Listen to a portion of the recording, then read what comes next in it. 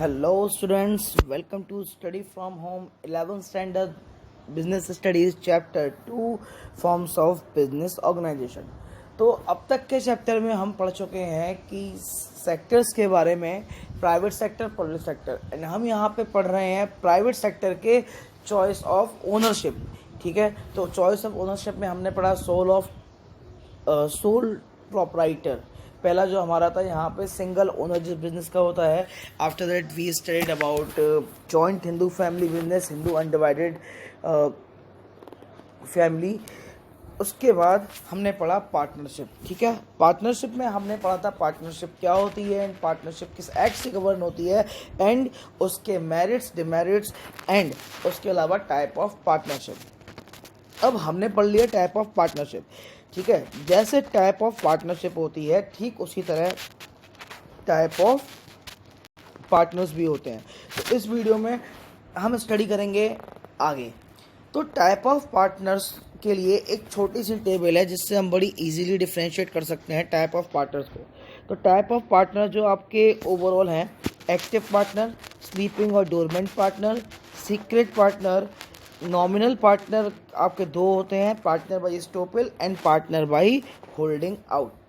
सबसे पहले active partner को देख लेते हैं। एक्टिव पार्टनर क्या होता है? एक्टिव पार्टनर एक जनरल पार्टनर होता है किसी भी बिजनेस में जो कि अपना पैसा लगाता है, ठीक है, और डे टू डे मैनेजमेंट यानी बिजनेस के रिगार्डिंग जितनी भी एक्टिविटीज़ एंड डिसीजन मेकिंग है सब में पार्ट लेता है। उसके अलावा प्रॉफिट एंड लॉस में इसका शेयर होता है, यानी प्रॉफिट हो तो भी इसका शेयर, लॉस हो तो भी इसका शेयर होता है। एंड रिस्पॉन्सिबिलिटी बिजनेस के रिगार्डिंग इसकी कैसी होती है?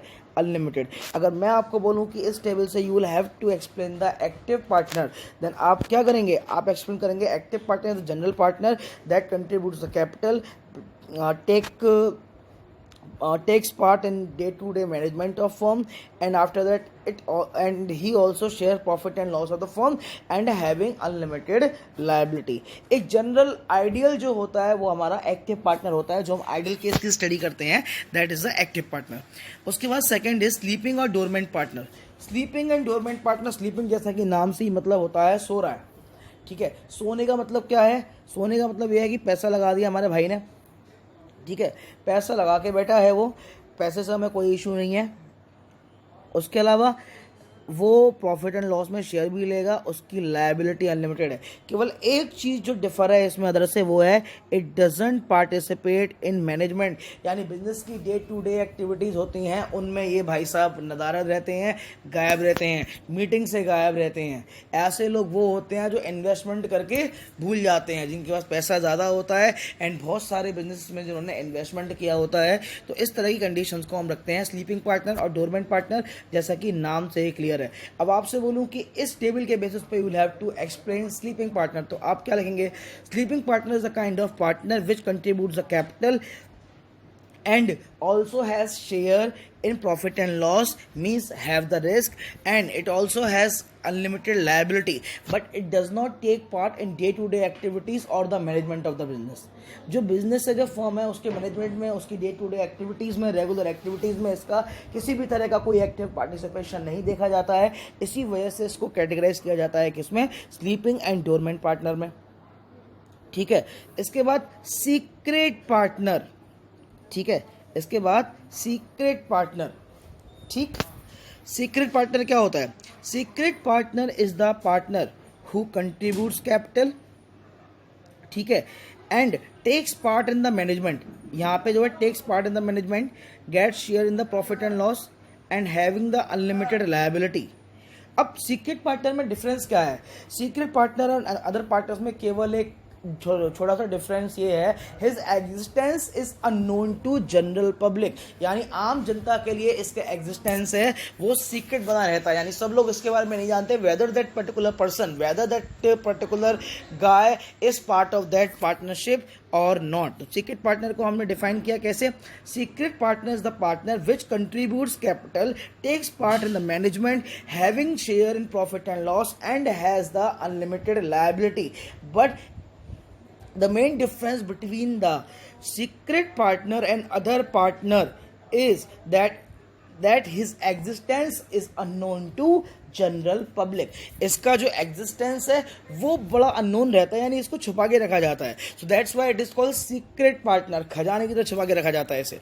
इसके बाद है हमारे नॉमिनल पार्टनर और partner by nominal partner. Nominal partner का मतलब है कि इनका पार्टनरशिप डीड में नाम नहीं होता, इनका कैपिटल कंट्रीब्यूशन नहीं है, इनका मैनेजमेंट में पार्टिसिपेशन नहीं है, प्रॉफिट एंड लॉस शेयरिंग नहीं है, बट इनकी जो लायबिलिटी होती है बिजनेस के लिए वो अनलिमिटेड होती है। हमने पहले क्या पढ़े हैं, हमने पढ़े हैं बिगिनिंग के 3, ठीक है। तो एक बार जो इसकी स्लाइड है आगे की वो एक बार चेक कर लेते हैं। मैं आपको एक्सप्लेन करूंगा partner by estoppel and partner by holding out. देखिए पहला एक्टिव पार्टनर वहां से समझ में आ गया। स्लीपिंग एंड डोरमेंट पार्टनर क्या था? स्लीपिंग एंड डोरमेंट पार्टनर में जो मेन ध्यान रखने वाला पॉइंट है वो ये है, the partner who does not participate in the management of the firm. ठीक है, अब ये क्या है, ये फर्म की मैनेजमेंट में पार्ट नहीं लेते। ठीक है, इनका काम क्या है, contribute capital and get share in the profit and loss of the firm. Liability unlimited. देखिए क्वेश्चन आते हैं लायबिलिटी पे, आपको कहीं भी कोई सा ही पार्टनर उठा के दे दिया, आपसे उसकी लायबिलिटी के बारे में पूछा गया, तो एक चीज ध्यान रखेंगे, जितने भी टाइप के पार्टनर्स हम स्टडी कर रहे हैं तो उन सब पार्टनर्स की एक कैटेगराइजेशन अगर लायबिलिटी की मैं बात करता हूं, then liability will be unlimited. This is the main thing that you will have to take care of, because most of the students often commits this mistake. Then when it comes to find out the liability of the partner, they go for the limited liability. Then ध्यान रखेंगे limited liability partnership, हमने जितने भी type of partner study किए हैं उनमें कोई भी आपका लिमिटेड लायबिलिटी पार्टनर नहीं है। तो all the partners are having unlimited liability.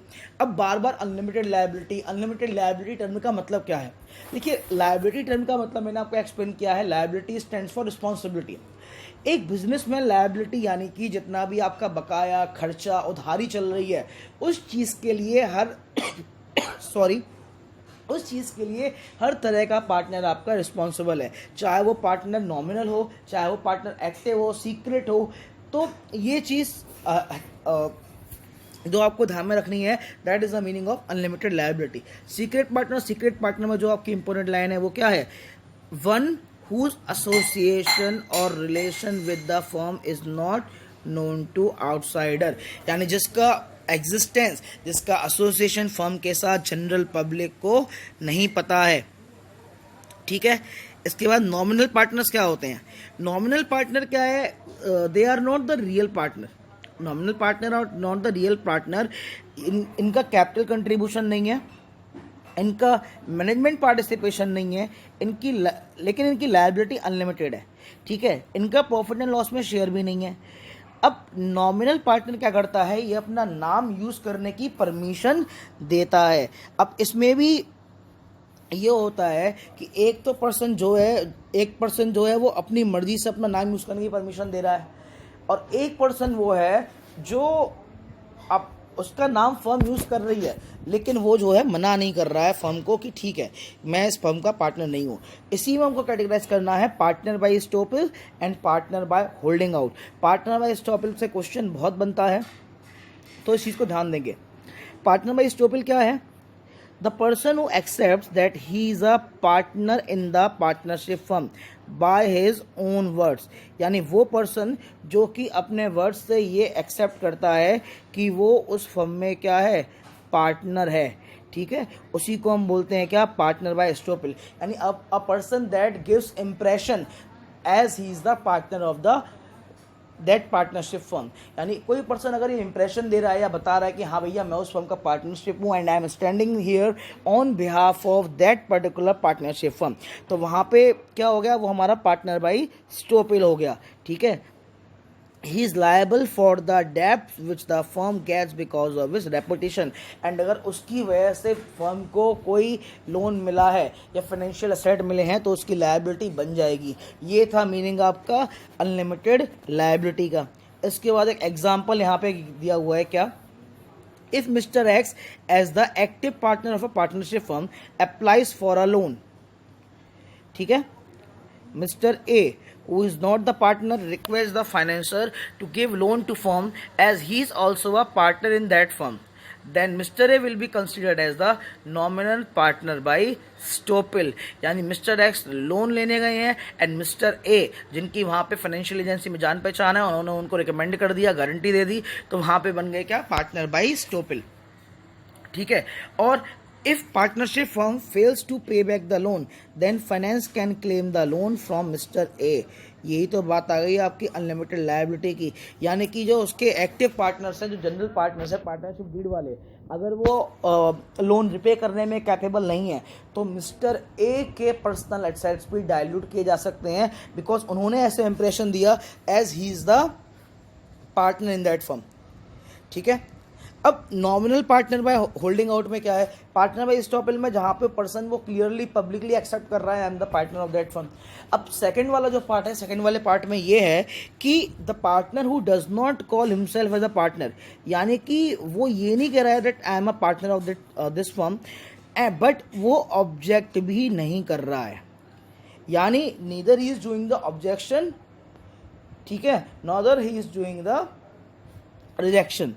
उससे कोई ऑब्जेक्शन नहीं है, उससे कोई रिजेक्शन नहीं है, यानी कि उसने बोला नहीं है, लेकिन अगर कोई उससे पूछता है तो ठीक है, वो मना भी नहीं करता। इसी को हम बोलते हैं partner by holding out. Means partner by holding out means partner by holding is the partner whose name firm can use and he doesn't deny it, वो मना नहीं करता, ठीक है, बट उसकी तरफ से इंप्रेशन नहीं दिया जाता है ऐसा। अब example, Mr. X applies for a loan saying that Mr. A is also partner in the firm and Mr. A shows no objection to the statement of Mr. X। ठीक है, यानी कि मिस्टर एक्स ने बोला मैं mister A को जानता हूँ, पार्टनर है, मुझे लोन चाहिए उनके बिहाफ पे, एंड मिस्टर ए ने भी कोई ऑब्जेक्शन नहीं किया। ठीक है, तो वहाँ पे मिस्टर ए बोले जाएंगे नॉमिनल पार्टनर। अब बहुत सारे बच्चों का क्वेश्चन होगा कि सर हमें कैटेगराइज कैसे करेंगे?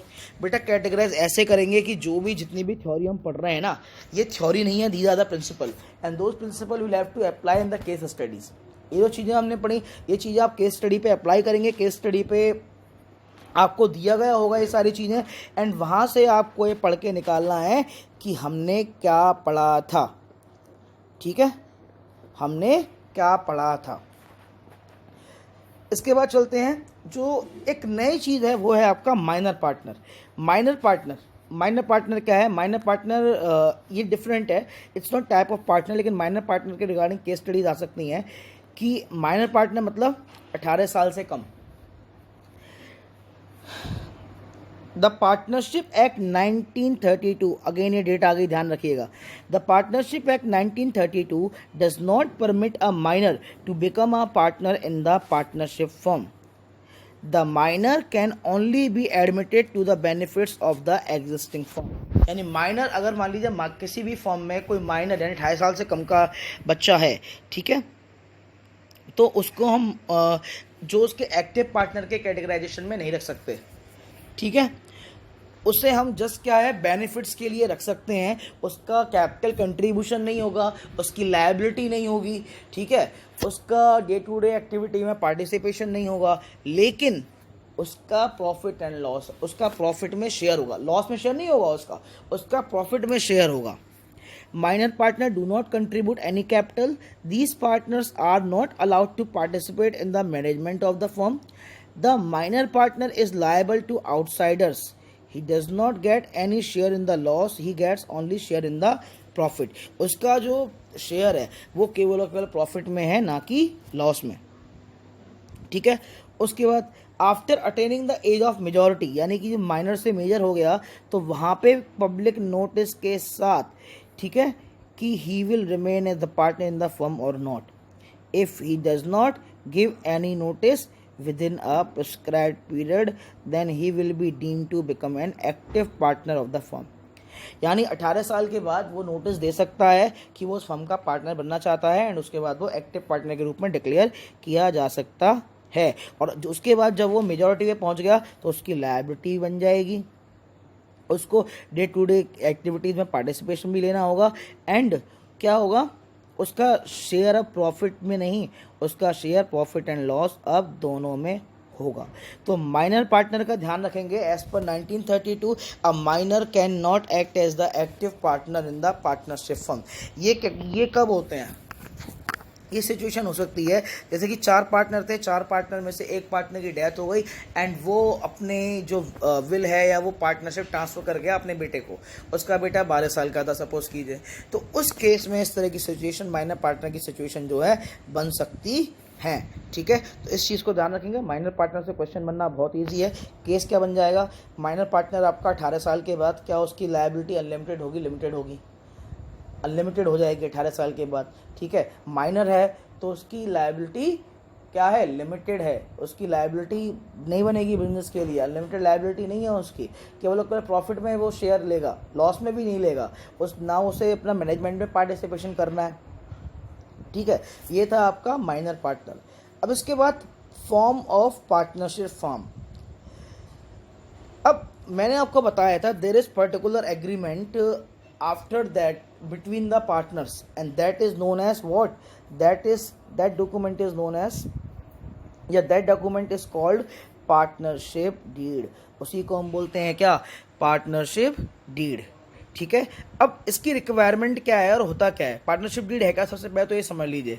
Partnership deed is the document containing the terms and condition of partnership. इतनी सी बात याद रखेंगे, document that contains the terms and condition of partnership, यानी कि जो पार्टनरशिप किन टर्म्स एंड कंडीशन पे चल रही हैं, ये एक मेन फैक्टर है इस चीज़ का। ठीक है, ये क्या है, it is a stamped paper, यानी गवर्नमेंट ऑथोराइज्ड पेपर है, on which the rules regulation and terms and condition of partnership are written. It also contains the right and duties of the partnership. इसको point बना लेंगे, क्या था, terms and condition, stamped paper on which the rules regulation and terms and condition of partnership are written. It also contains right and duties of the partnership firm. अब partnership firm का जो content होता है, यानी form में क्या क्या requirement होती है, क्या क्या चीज़ें होती हैं, ये हमारा नेक्स्ट स्लाइड में।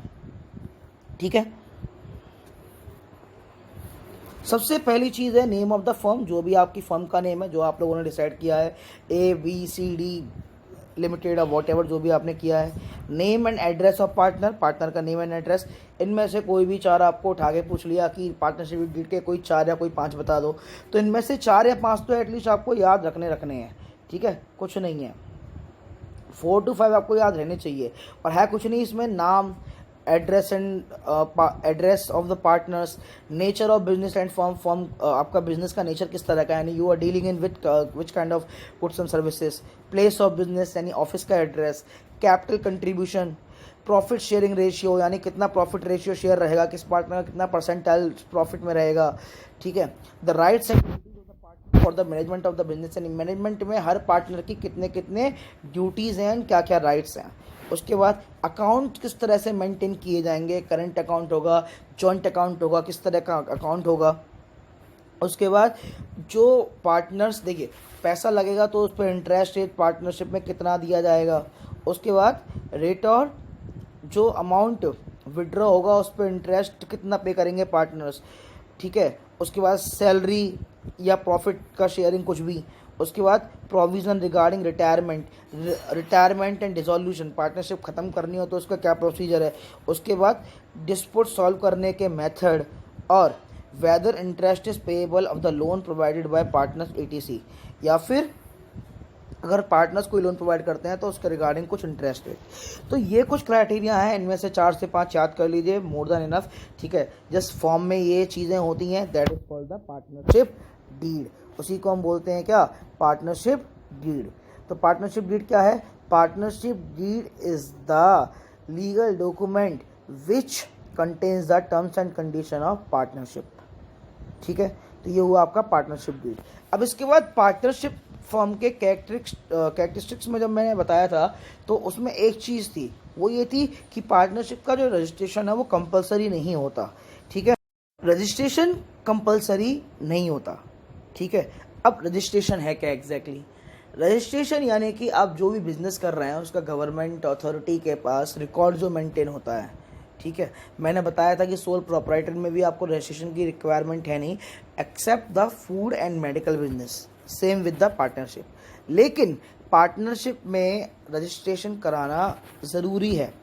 ठीक है, कंपलसरी नहीं है बट ज़रूरी है। क्यों, Legally, it is not compulsory for a partnership firm to get itself registered, but then also partners suffer to get the firm. But then also partner prefer to get the firm registered. लेकिन compulsory नहीं होने के बाद भी partners prefer करते हैं कि अपनी फर्म को रजिस्टर कराएं. ठीक है, ऐसा क्यों? इन प्रॉब्लम से बचने के लिए. ठीक है, यानी कि अगर आपकी फर्म रजिस्टर नहीं है तो किसी भी पार्टनर को फर्म पे केस करने का कोई भी राइट नहीं है. अब कोई भी पार्टनर फर्म पे केस नहीं कर सकता अगर आपकी फर्म रजिस्टर्ड नहीं है. ठीक है, partner of N unregistered firm can not file a case against any partner of the registered firm. Unregistered firm यानी पार्टनर फर्म पे केस नहीं कर सकता. पार्टनर किसी पार्टनर पे केस नहीं कर सकता बेईमानी का कि भैया पैसे लेके भाग गया, पार्टनरशिप डीड तोड़ के भाग गया. ठीक है, उसके बाद unregistered firm can not file a suit against any third party और outsider for recovery of claim. कोई भी क्लेम के लिए अगर आपकी फर्म रजिस्टर्ड नहीं है तो आपकी फर्म किसी पर्टिकुलर थर्ड पर्सन पे क्लेम नहीं कर सकती, केस नहीं कर सकती. ठीक है, और the unregistered firm can not file a case against any of the partner. और आपकी फर्म रजिस्टर्ड नहीं है तो आप किसी पार्टनर के खिलाफ क्लेम नहीं कर सकते, केस नहीं कर सकते. तो यानी कि जो लीगल बेनिफिट आपको मिलते हैं लॉ इन्फोर्समेंट के, लॉ एंड ऑर्डर के, तो आप उन चीज़ों से हट के रह जाएंगे अगर आप पार्टनरशिप फर्म को रजिस्टर्ड नहीं कराते हैं तो. ठीक है, तो these were the requirement of registering the partnership firm. ठीक है, अब पार्टनरशिप फर्म का रजिस्ट्रेशन की जो प्रोसीजर है वो क्या है. ठीक है, उसका प्रोसीजर क्या है एक बार देख लेते हैं.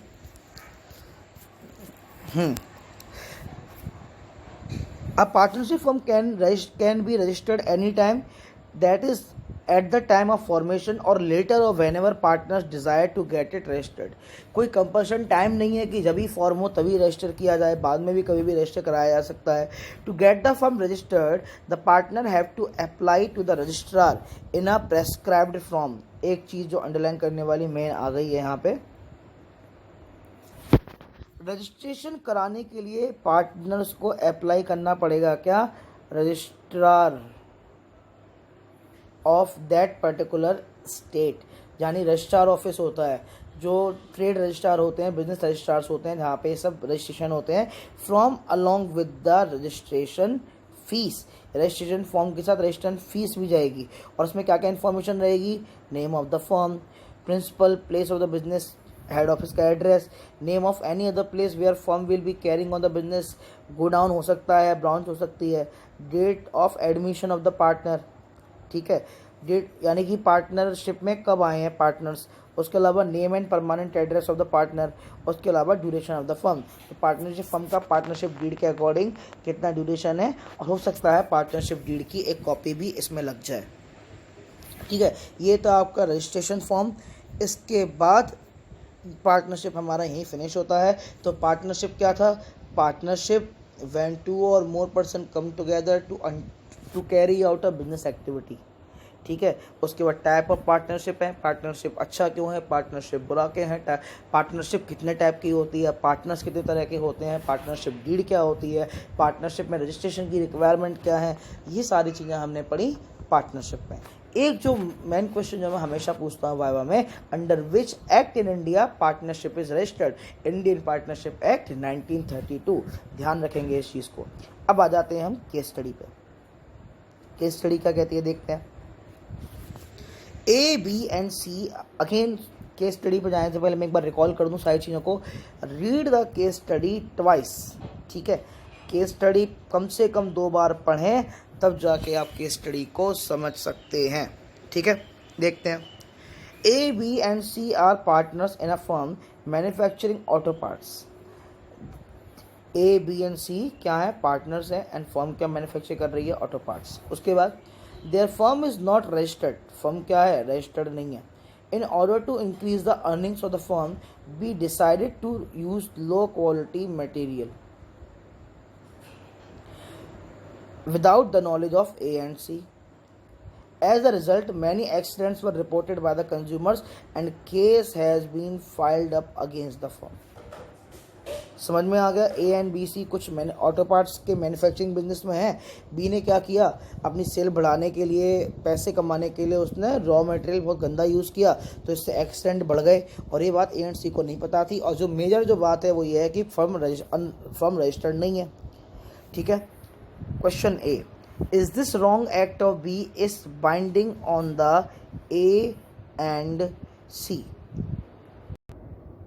तो सबसे पहले जो चीज़ देखनी है वो है बाइंडिंग ऑन का मतलब, यानी कि जो बी का एक्ट है क्या उसका इम्पैक्ट, यानी उसमें वो ए एंड सी को भी अपने साथ लेगा, डेफिनेटली। बिकॉज जो कंज्यूमर है, कंज्यूमर को आपके इनर कन्फ्लिक्ट के बारे में नहीं पता कि बी की जो बातें हैं वो ए एंड सी को नहीं पता थी। पार्टनर्स को तो उनको तो ये पता है कि ये पर्टिकुलर कंपनी है, ये कंपनी ने हमको गलत माल दिया, उसके खिलाफ इन्होंने क्या किया, केस कर दिया। ठीक है। अब इसके रिगार्डिंग जो फीचर आएगा, सेकंड जो हमारा क्वेश्चन है, ऐसा क्यों हुआ, state the feature related to this. इसके साथ जो फीचर रिलेटेड होगा वो होगा म्यूचुअल एजेंसी।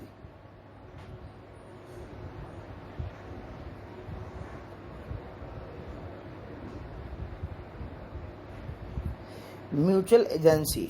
ठीक है। म्यूचुअल एजेंसी क्यों हुआ, म्यूचुअल एजेंसी का मतलब क्या है, म्यूचुअल एजेंसी का मतलब है कि एक पार्टनर पूरे फर्म के सारे पार्टनर्स को रिप्रेजेंट कर सकता है। ठीक है। यानी कि एक पार्टनर गलती करता है तो उसका खामियाजा सारे पार्टनर्स को भुगतना पड़ता है। ठीक है। That is the meaning of term mutual agency. ठीक है। यानी पार्टनरशिप वो एजेंसी है जो एक पार्टनर्स, वो सारे पार्टनर्स के बराबर बराबर होती है। ठीक है। और एक पार्टनर का राइट होता है अपने अदर पार्टनर को रिप्रेजेंट करने का। तो यानी कि बी ने कोई गलती की तो डेफिनेटली वो गलती ए एंड सी की भी मानी जाएगी। C, can consumer file case on unregistered firm. क्या कंज्यूमर एक अनरजिस्टर्ड फर्म पे केस कर सकता है, डेफिनेटली। देखिए, पार्टनर्स के एक दूसरे पे केस नहीं कर सकते, पार्टनर कंज्यूमर पे केस नहीं कर सकते, फर्म कंज्यूमर पे केस नहीं कर सकती, फर्म पार्टनर्स पे केस नहीं कर सकती, लेकिन कंज्यूमर अनरजिस्टर्ड फर्म पे केस कर सकता है। यस। ठीक है। Can A and C file case on, case कर सकते हैं, डेफिनेटली नॉट। ठीक है। बिकॉज अनरजिस्टर्ड फर्म में पार्टनर्स एक दूसरे पे क्या नहीं कर सकते, केस नहीं कर सकते। तो ये थी हमारी केस स्टडी 1। अब चलते हैं अपनी केस स्टडी 2 पे। केस स्टडी 2 क्या कहती है देखते हैं एक बार। केस स्टडी 2 कहती है XYZ have mutually decided to set up small factory in rural area. They decided to hire the association of X with the factory to outsider। ठीक है। क्या किया गया, जो X का एसोसिएशन नहीं दिखाया गया आउटसाइडर को, तो यानी कि X कौन सा पार्टनर हो गया, X आपका हो गया सीक्रेट पार्टनर।